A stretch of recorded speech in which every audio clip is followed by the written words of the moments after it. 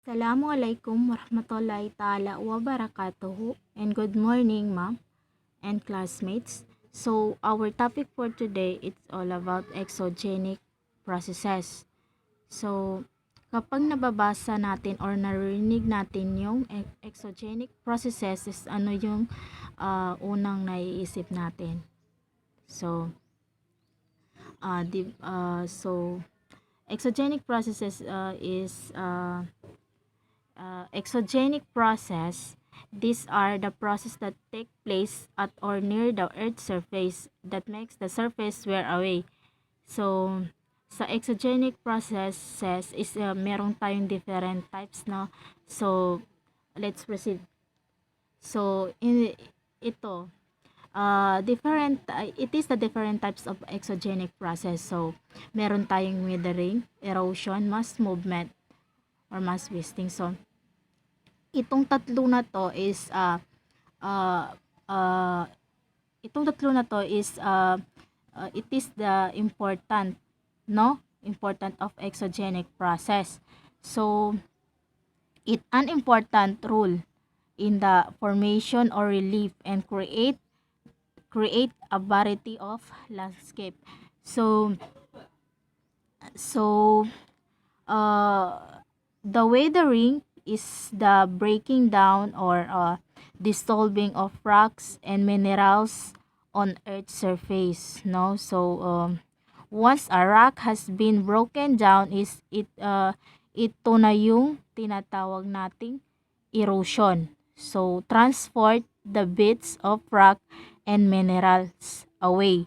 So, ayun nga, nagda-transport siya ng pakonte-konte in the minerals way. So, in the mass movement is, yung erosion pala is nandoon na siya sa weathering na belong. So, mass movement, it is an one of types of mass movement of snow. So,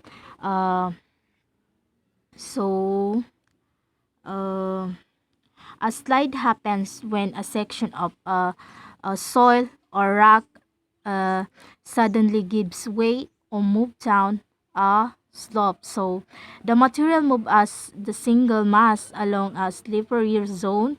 So, the slippery zone is often made up of wet sediment.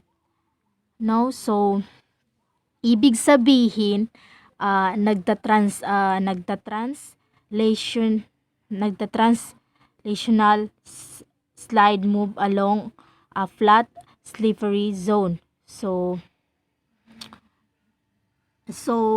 let's proceed to our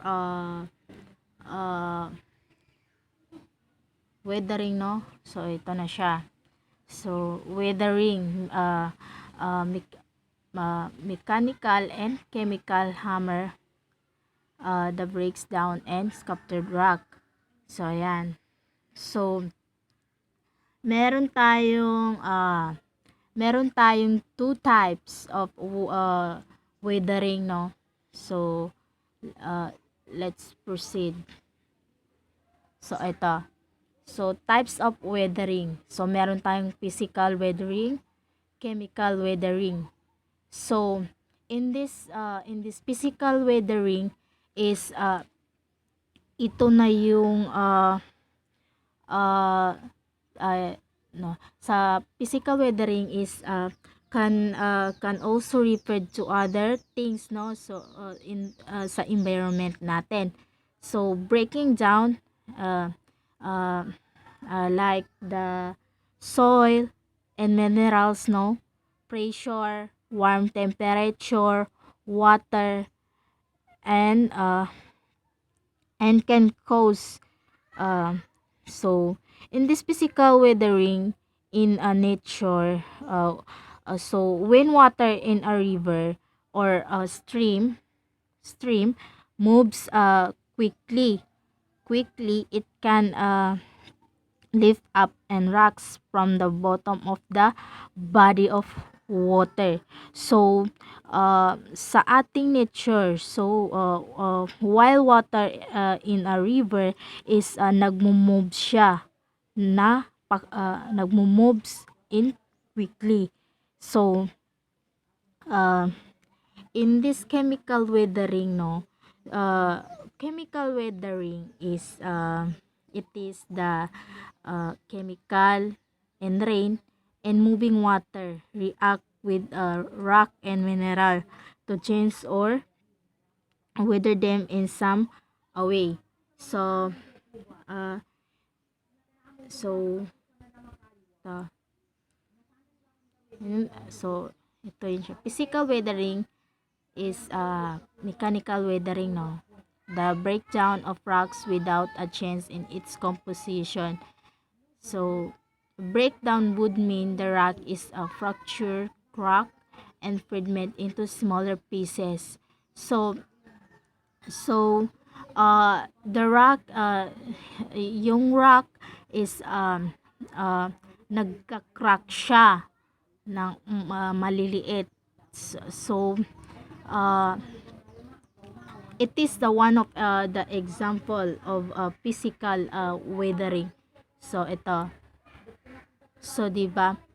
The rock is uh, nagka-crack siya ng maliliit, no? So, and also the other example. Yan. So, yan. So, sa chemical weathering naman tayo. So, kita naman sa picture yung another example of chemical weathering, no? Yan. So, chemical weathering a key factor in the creation of caves and cavern. It can also help out caves and damage cliffs. So, yan, sa picture is nadadamage yung cave natin. Parang, kuan, parang natutunaw, no? Natutunaw. So, uh, uh,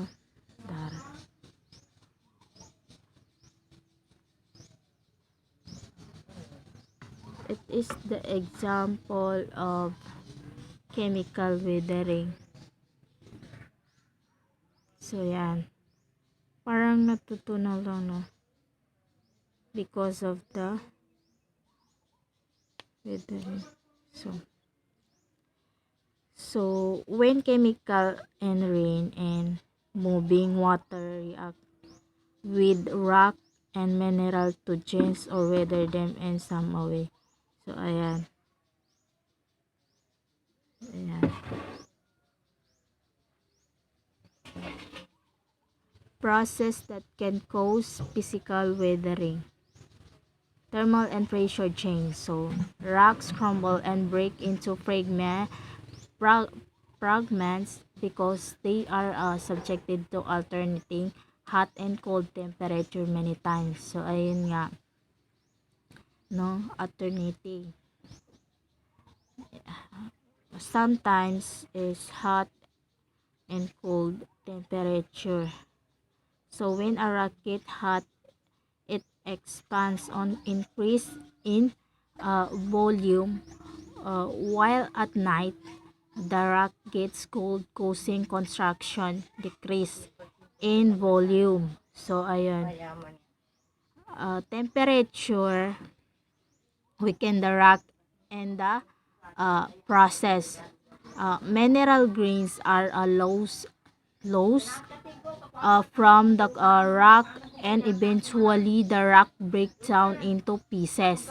So best example are the stone in the red and desert that slowly turn to the sun, no? So the rates is of expansion and construction of the outer and inner parts of the rock differ.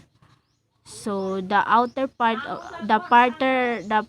part expands and contracts much more than the inner parts because it is directly exposed to the heat of the sun.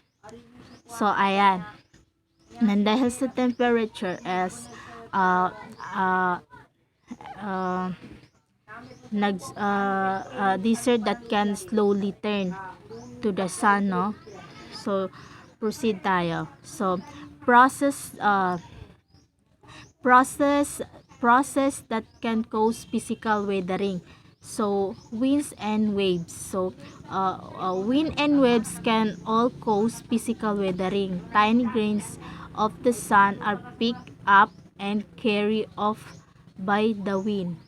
No, so which are the blades on a surface of rock, smoothing them. So on the seashore, the action of waves chips away and crack the rocks. So, ito yun siya. It is the sample. Yan. So,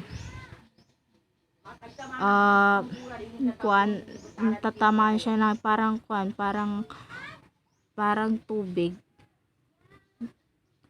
So, it is another example. So, the waves, ayan, the waves, because of the wind, is the wave is umaapaw, no? Umaapaw.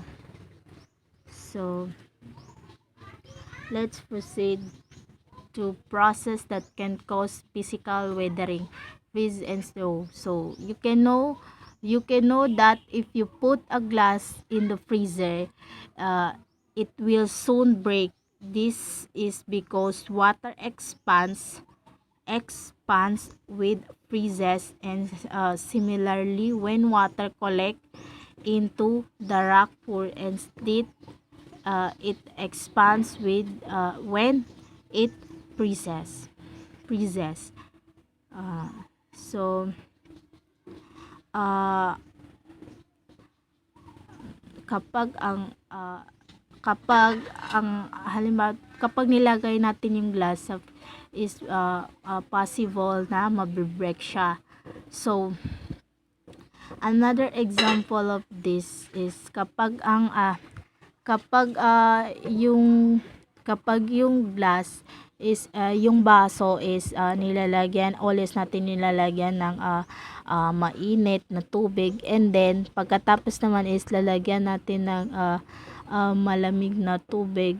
So possible na mabibreak yon kasi.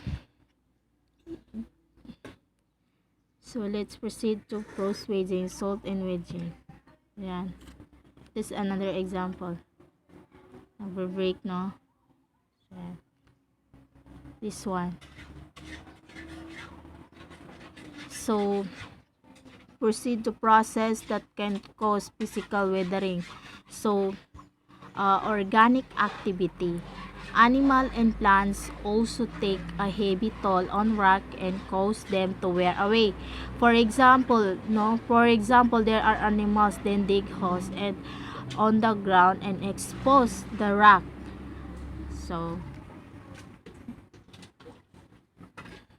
ito yung sa plants, no? So, let's proceed to process that can cause chemical weathering. Hydration and hydrolysis. Process where molecules of some substance in rock chemically combine with water molecules. So, yun, nag-combine. So, let's proceed to chemical weathering, hydration.